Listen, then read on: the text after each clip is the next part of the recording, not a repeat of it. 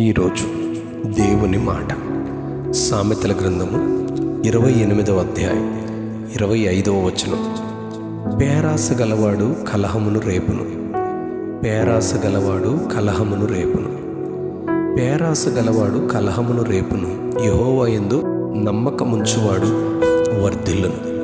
జ్ఞాని అయిన సొలొమోను ఇశ్రాయేలు రాజు ఎన్నో విలువైన సామెతలను దేవుని నుండి పొందుకున్న జ్ఞానంతో బోధించాడు. కలహమును గూర్చి పరిశుద్ధ గ్రంథం అంతటిలో మనం గమనించగలిగితే కలహం పూర్తిగా శరీరక్రియ అని మనం గమనిస్తాం. శరీర కార్యాలను గూర్చి గలతీ పత్రిక 5వ అధ్యాయం 20వ వచనంలో శరీర కార్యములు స్పష్టమై ఉన్నవి. అవి ఏవనగా జారత్వము, అపవిత్రత, కాముకత్వము, విగ్రహారాధన, అభిచారము, ద్వేషములు, కలహము, మత్సరములు, క్రోధములు, కక్షలు, భేదములు, విమతములు, అసూయలు, మత్తతలు, అల్లరితో కూడిన ఆటపాటలు అనునవి అని చెప్పబడింది.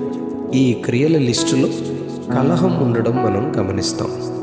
ఈ ధ్యాన వాక్యం ద్వారా కలహం ఏ పరిస్థితుల్లో వస్తుందో దేవుని వాక్యం ఎంతో వివరంగా తెలియజేస్తూ ఉంది.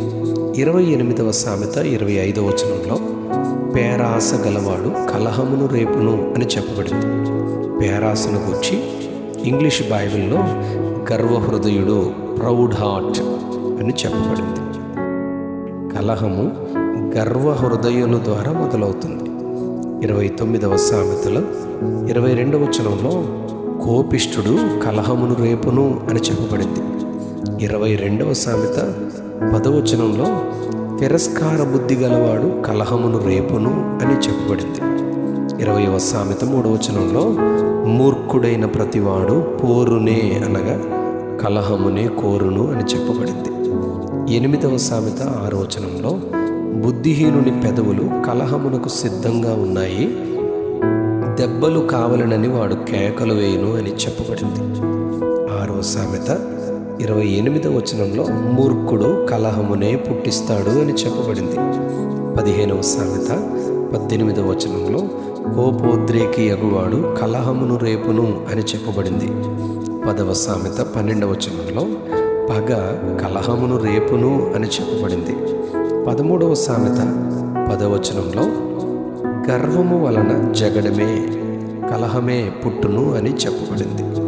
20వ సామెత 13వ వచనంలో కలహమునకు దూరంగా ఉండడం నరులకు ఘనత అని చెబుతూ 18వ కీర్తన 43వ వచనంలో రాజైన దావీదు దేవాది దేవుని స్తుతిస్తూ ఈ కీర్తనలో ప్రజలు చేయు కలహములలో పడకుండా నీవు నన్ను విడిపించావయ్యా అని ఆయన దేవునికి వందనాలు చెప్తున్నాడు. 17వ సామెత 14వ వచనంలో కలహ ఆరంభము నీటిగట్టున పుట్టు ఓట, వివాదము అధికము కాకమునుపే దానిని విడిచిపెట్టాలి అని సొలొమోను హెచ్చరిస్తారు.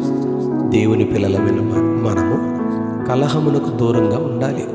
కలహమును కలిగించే వారికి అనగా పేరాస గలవారికి, గర్వహృదయులకు, కోపిష్ఠులకు, తిరస్కార బుద్ధి గలవారికి, మూర్ఖులకు, బుద్ధిహీనుల పెదవులకు, కోపోద్రేకులకు, పగ కలిగిన వారికి, గర్విష్ఠులకు పూర్తిగా మనం దూరంగా ఉండాలి. లేకపోతే శరీర కార్యమైన కలహములో దేవుని గొప్ప రాజ్యాన్ని, మహిమగల రాజ్యాన్ని మనం పోగొట్టుకుంటాం. కనుక వీటిని విడిచి వీటిని అభ్యాసము చేయువారికి, ఈ జీవితము గలవారికి దూరంగా జీవిస్తూ దేవుని యందు భయభక్తులు గలవారిగా, యెహోవా యందు నమ్మకముంచు వారిగా వర్ధిల్లాలని ప్రభువారు మనలను కోరుతున్నారు. పేరాసను విడిచిపెట్టి దేవుని కొరకు మనం జీవించాలి. మత్తయి సువార్త 5వ అధ్యాయం 9వ వచనంలో సమాధానపరచువారు ధన్యులు, వారు దేవుని కుమారులనబడుదురు అని యేసు ప్రభువుల వారు అద్భుతమైన ధన్యతల ప్రసంగంలో ఈ మాటను తెలియజేశారు. దేవుని కుమారులుగా కలహానికి దూరంగా దేవుని ఉన్నతమైన సమాధానమునకు దగ్గరగా జీవిస్తూ ఆయనలో ఆనందిద్దాం. అట్టి కృప ప్రభు మనకు దయచేయనుగాక. Amen, amen, amen. పేరాస గలవాడు కలహమును రేపును. పేరాస గలవాడు కలహమును రేపును. ఆమేన్.